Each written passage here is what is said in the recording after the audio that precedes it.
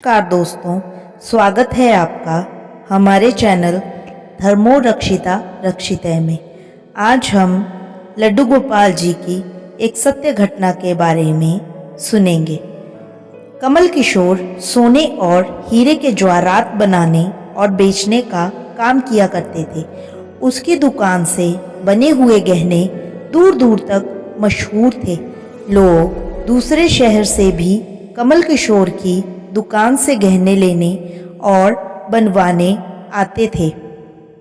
चाहे हाथों के कंगन हो, चाहे गले का हार हो, चाहे कानों के कुंडल हो, उसमें हीरे और सोने की बहुत सुंदर मीनाकारी होती कि सब देखने वाले देखते ही रह जाते। इतना बड़ा कारोबार होने के बावजूद भी कमल किशोर बहुत ही शांत और सरल स्वभाव वाले व्यक्ति थे। उनको इस माया का इतना रंग नहीं चढ़ा हुआ था। एक दिन उनका कोई मित्र उनकी दुकान पर आया, जो कि अपनी पत्नी सहित वृंदावन धाम से होकर वापस आ रहा था। तो उस मित्र ने सोचा कि चलो थोड़ा सा प्रसाद अपने मित्र कमल किशोर को भी देता चलूं। उसकी दुकान पर जब वे पहुंचा, तब कमल किशोर का एक कारीगर एक सोने और हीरे जड़ित बहुत सुंदर हार बनाकर कमल किशोर को देने के लिए आया था। कमल किशोर उस हार को देख ही रहा था कि उसका मित्र उसकी दुकान पर पहुंचा। कमल किशोर का मित्र अपने साथ वृंदावन से एक बहुत सुंदर लड्डू गोपाल जी, जिनका स्वरूप अत्यंत मनमोहक था, साथ लेकर आए थे। जब उनका मित्र दुकान पर बैठा तो उसकी गोद में लड्डू गोपाल जी विराजमान थे। कमल किशोर लड्डू गोपाल जी के मनमोहक रूप सौंदर्य को देखकर अत्यंत आनंदित हुए। उन्होंने अपने हाथ में पकड़ा हुआ हार उस लड्डू गोपाल के गले में पहना दिया और अपने मित्र को कहने लगा कि देखो तो सही, इस हार की शोभा लड्डू गोपाल के गले में पड़ने से कितनी बढ़ गई है। उनका मित्र और कमल किशोर आपस में बातें करने लगे। बातों बातों में ही उसका मित्र लड्डू गोपाल को हार सहित लेकर चला गया। दोनों को ही पता न चला कि हार लड्डू गोपाल के गले में ही पड़ा रह गया है। कमल किशोर का मित्र अपनी पत्नी सहित एक टैक्सी में सवार होकर अपने घर को रवाना हो गए। जब वो टैक्सी से उतरे तो भूलवश लड्डू गोपाल जी उसी टैक्सी में रह गए। टैक्सी वाला एक गरीब आदमी था, जिसका नाम बाबू था, जो कि दूसरे शहर से यहाँ अपने परिवार का पालन पोषण करने के लिए टैक्सी चलाता था और वह टैक्सी लेकर काफ़ी आगे निकल चुका था। आज उसको अपने घर वापस जाना था, जो कि दूसरे शहर में था। जब टैक्सी लेकर बाबू अपने घर पहुंचा तो उसने जब अपनी टैक्सी की पिछली सीट पर देखा तो उसका ध्यान लड्डू गोपाल जी पर पड़ा, जो कि बड़े शाही तरीके से पिछली सीट पर गले में हार धारण करके सुंदर सी पोशाक पहनकर हाथ में बांसुरी पकड़े हुए पसर कर बैठे हुए थे। बाबू यह देखकर एकदम घबरा गया कि ये लड्डू गोपाल जी किसके हैं, लेकिन अब वह दूसरे शहर से अपने शहर जा चुका था, जो कि काफ़ी दूर था और वह सवारी का घर भी नहीं जानता था। तो वह दुविधा में पड़ गया कि वह क्या करे, लेकिन फिर उसने बड़ी श्रद्धा से हाथ धोकर लड्डू गोपाल जी को उठाया और अपने घर के अंदर ले गया। जैसे ही उसने घर के अंदर प्रवेश किया तो उसकी पत्नी ने उसके हाथों में पकड़े लड्डू गोपाल जी को जब देखा तो इतनी सुंदर स्वरूप वाले लड्डू गोपाल जी को देखकर उसकी पत्नी ने झट से लड्डू गोपाल जी को अपने पति के हाथों से ले लिया।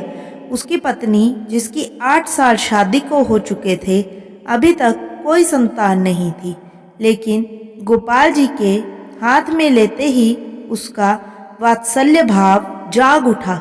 उसकी ममतामयी और करुणामयी आंखें झरझर बहने लगी। ममतावश और वात्सल्य भाव के कारण ठाकुर जी को गोद में उठाते ही उसको ऐसे लगा उसने किसी अपने ही बच्चे को गोद में उठाया है। उसके स्तनों से अपने आप दूध निकलने लगा। अपनी ऐसी दशा देखकर बाबू की पत्नी मालती बहुत हैरान हुए। उसने कसकर गोपाल जी को अपने सीने से लगा लिया और आंखों में आंसू बहाती बोलने लगी, अरे बाबू, तुम नहीं जानते हो कि आज तुम मेरे लिए कितना अमूल्य रतन लेकर आए हो। बाबू कुछ समझ नहीं पा रहा था कि मेरी पत्नी को अचानक से क्या हो गया, लेकिन पत्नी तो जैसे बावरी सी हो गई थी। वे गोपाल जी को जल्दी जल्दी अंदर ले गई और उनसे बातें करने लगी। अरे लाला, इतनी दूर से आए हो, तुम्हें भूख लगी होगी। और उसने जल्दी जल्दी मधु और घी से बनी चूरी बनाकर और दूध गर्म करके ठाकुर जी को भोग लगाया। और उधर कमल किशोर ने जब अपनी दुकान पर हार को ना देखा तो उसको याद आया कि हार तो ठाकुर जी के गले में ही रह गया है। तो उसने अपने मित्र को संदेश भेजा। तो मित्र ने आगे से जवाब दिया, अरे मित्र, वे माखन चोर और चित चोर हार सहित खुद ही चोरी हो गया। मैं तो खुद इतना परेशान हूँ। कमल किशोर अब थोड़ा सा परेशान हो गया कि इतना कीमती हार ना जाने कहाँ चला गया। मुझे तो लाखों का नुकसान हो गया। लेकिन फिर भी अपने सरल स्वभाव के कारण उसने अपने मित्र को कुछ नहीं कहा और उसने अपने मन ही मन में सोचा कि कोई बात नहीं, मेरा हार तो ठाकुर जी के ही अंग लगा है। अगर मेरी भावना सच्ची है तो ठाकुर जी उसको पहने रखें। और उधर बाबू और उसकी पत्नी मालती दिन रात ठाकुर की सेवा करते। अब तो मालती और बाबू को लड्डू गोपाल जी अपने बेटे जैसे ही लगने लगे। लड्डू गोपाल जी की कृपा से अब मालती के घर एक बहुत ही सुंदर बेटी ने जन्म लिया। इन सब बातों का श्रेय वह लड्डू गोपाल जी को देते कि ये हमारा बेटा है और अब हमारी बेटी हुई है, अब हमारा परिवार पूरा हो गया। मालती लड्डू गोपाल जी को इतना स्नेह करती थी कि रात को उठ उठ कर देखने जाती थी कि लड्डू गोपाल जी को कोई कष्ट तो नहीं। ऐसा ही एक दिन कमल किशोर व्यापार के सिलसिले में दूसरे शहर जाना पड़ा जहाँ पर बाबू रहता था। लेकिन दुर्भाग्यवश जब वो उस शहर में पहुंचा तो अचानक से इतनी बारिश शुरू हो गई कि कमल किशोर को जहाँ पहुंचना था वहाँ पहुँच ना सका। और तब वहाँ बाबू अपनी टैक्सी लेकर आ गया और उसने परेशान कमल किशोर को पूछा, बाबूजी, आप यहाँ क्यों खड़े हो? बारिश तो रुकने वाली नहीं और सारे शहर में पानी भरा हुआ है। आप अपनी मंजिल तक ना पहुँच पाओगे और ना ही कहीं और रुक पाओगे। मेरा घर पास है, अगर आप चाहो तो मेरे घर आ सकते हो। कमल किशोर, जिसके पास सोने और हीरे के काफ़ी गहने थे, वे अनजान टैक्सी वाले के साथ जाने के लिए थोड़ा सा घबरा रहा था, लेकिन उसके पास और कोई चारा भी नहीं था। वे बाबू के घर उसके साथ टैक्सी में बैठकर चला गया। घर पहुंचते ही बाबू ने मालती को आवाज़ दी कि आज हमारे घर मेहमान आए हैं, उनके लिए खाना बनाओ। कमल किशोर ने देखा कि बाबू का घर एक बहुत छोटा सा लेकिन व्यवस्थित ढंग से सजा हुआ है। घर में अजीब तरह के इत्र की खुशबू आ रही है। जो कि उसके हृदय को आनंदित कर रही थी। जब मालती ने उनको भोजन परोसा तो कमल किशोर को उसमें अमृत जैसा स्वाद आया। उसका ध्यान बार बार उस दिशा की तरफ जा रहा था जहाँ पर ठाकुर जी विराजमान थे। वहाँ से उसको एक अजीब तरह का प्रकाश नजर आ रहा था। तो हार कर कमल किशोर ने बाबू को पूछा कि अगर आपको कोई ऐतराज ना हो तो क्या आप बता सकते हैं कि उस दिशा में क्या रखा है? मेरा ध्यान उसकी तरफ आकर्षित हो रहा है। तो बाबू और मालती ने एक दूसरे की तरफ मुस्कुराते हुए कहा कि वहाँ पर तो हमारे घर के सबसे अहम सदस्य लड्डू गोपाल जी विराजमान हैं। तो कमल किशोर ने कहा, क्या मैं उनके दर्शन कर सकता हूँ? तो मालती उनको उस कोने में ले गई जहाँ पर लड्डू गोपाल जी विराजमान थे। कमल किशोर लड्डू गोपाल जी को और उनके गले में पड़े हार को एकदम से देखकर हैरान हो गए। ये तो वही लड्डू गोपाल हैं और ये वही हार है जो मैंने अपने मित्र के लड्डू गोपाल जी को डाला था। कमल किशोर ने बड़ी विनम्रता से पूछा कि ये गोपाल जी तुम कहाँ से लाए? बाबू जिसके मन में कोई छल कपट नहीं था, उसने कमल किशोर को सारी बात बता दी कि कैसे उसको सौभाग्य से गोपाल जी मिले और उनका हमारे घर आने से हमारा दुर्भाग्य सौभाग्य में बदल गया।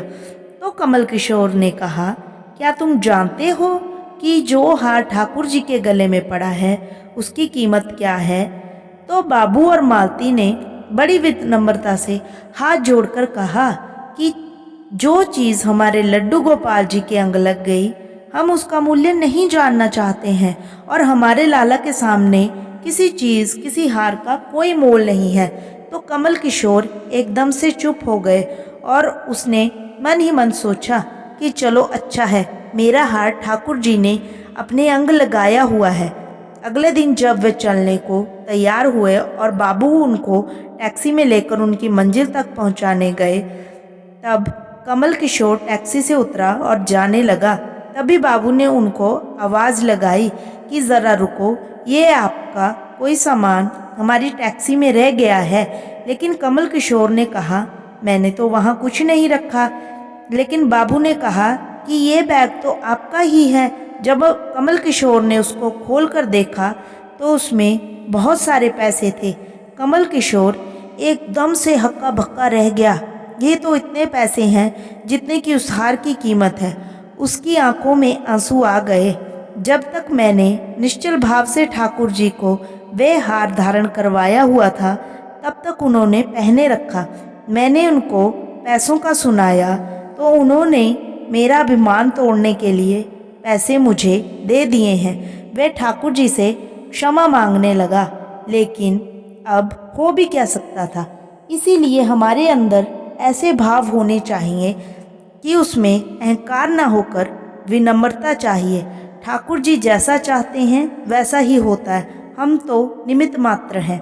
कौन ठाकुर जी को वृंदावन से लाया और किसके घर आकर वे विराजमान हुए, ये सब ठाकुर जी की लीला है। जिसके घर रहना है, जिसके घर सेवा लेनी है, ये सभी जानते हैं। हम लोग तो निमित्त मात्र हैं, बस हमारे भाव शुद्ध होने चाहिए। ठाकुर जी तो बड़े बड़े पकवान नहीं बल्कि भाव से खिलाई छोटी मोटी चीज़ को भी ग्रहण कर लेते हैं। बोलो लड्डू गोपाल जी की जय। राधे राधे।